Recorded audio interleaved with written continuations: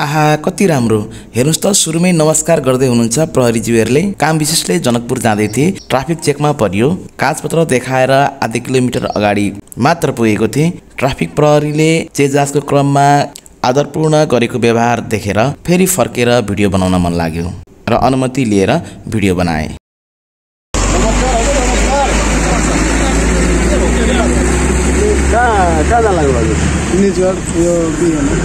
Licence bill बोक्नु भएको छ देखाइ सला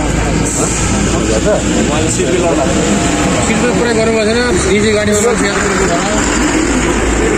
त लाउनु पर्छ त खोइ त सिट लाउनु भएर हुन्छ त हेर्नु सर हाम्रो पढे लेखेको मान्छे जिउ सँग 5-6 बजे निस्केको मान्छे हामी के गर्न सिट जल्दी गाडी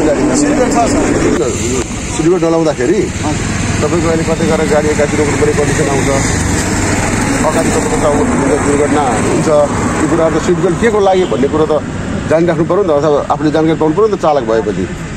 हो कि भन्नु न, सिट बेल्ट आफ्नै लागि हो। कतै काहीँ गएर ठोकेको खण्डमा दुर्घटना भएको खण्डमा सिट बेल्टले तपाईँलाई जोगाउँछ। त्यो सिट बेल्टले तपाईँलाई आफ्नै सेफ्टी गराउँछ भनेर त सिट बेल्ट राखेको हो। अनि सिट बेल्ट लाएर हिँडेको खण्डमा दुर्घटनाबाट त आफू बाँचिन्छ होइन। त्यस कारण सिट बेल्ट प्रयोग गर्नुपर्छ। यी कुराहरू तपाईँहरूले अब बुझिदिनुपर्छ।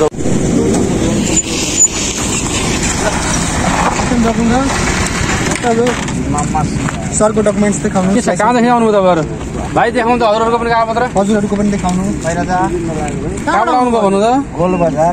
ल बिलको गर्नु ठिक छ, सब ठिक छ। गाडी मोटरसाइकल अलिकति बेसी स्पिड भइरहेको छ तपाईँको कुरा बुझ्नु पनि। बजार एरियामा उहाँ यत्रो ट्रकको लाइन छ, स्पिड आउनुहुन्छ, समस्या हुन्छ बाटोमा। हाम्रो गाडी मोस्ट आउनु छ, गाडीको चार्ज बोकाउँछ। त्यसपछि तपाईँले स्ट्यान्ड भनेसम्म कन्ट्रोल गर्न सक्दैन, गाडी रोक्न सक्दैन। मान्छेले यताउति बाटो क्रसिङ गरेको हुन्छ। बालबच्चाहरू अब स्कुल टाइम भएको छ, बच्चाहरू त बित्दाखेरि हिँडेको साइडमा सुरक्षित साथ राख्नु है।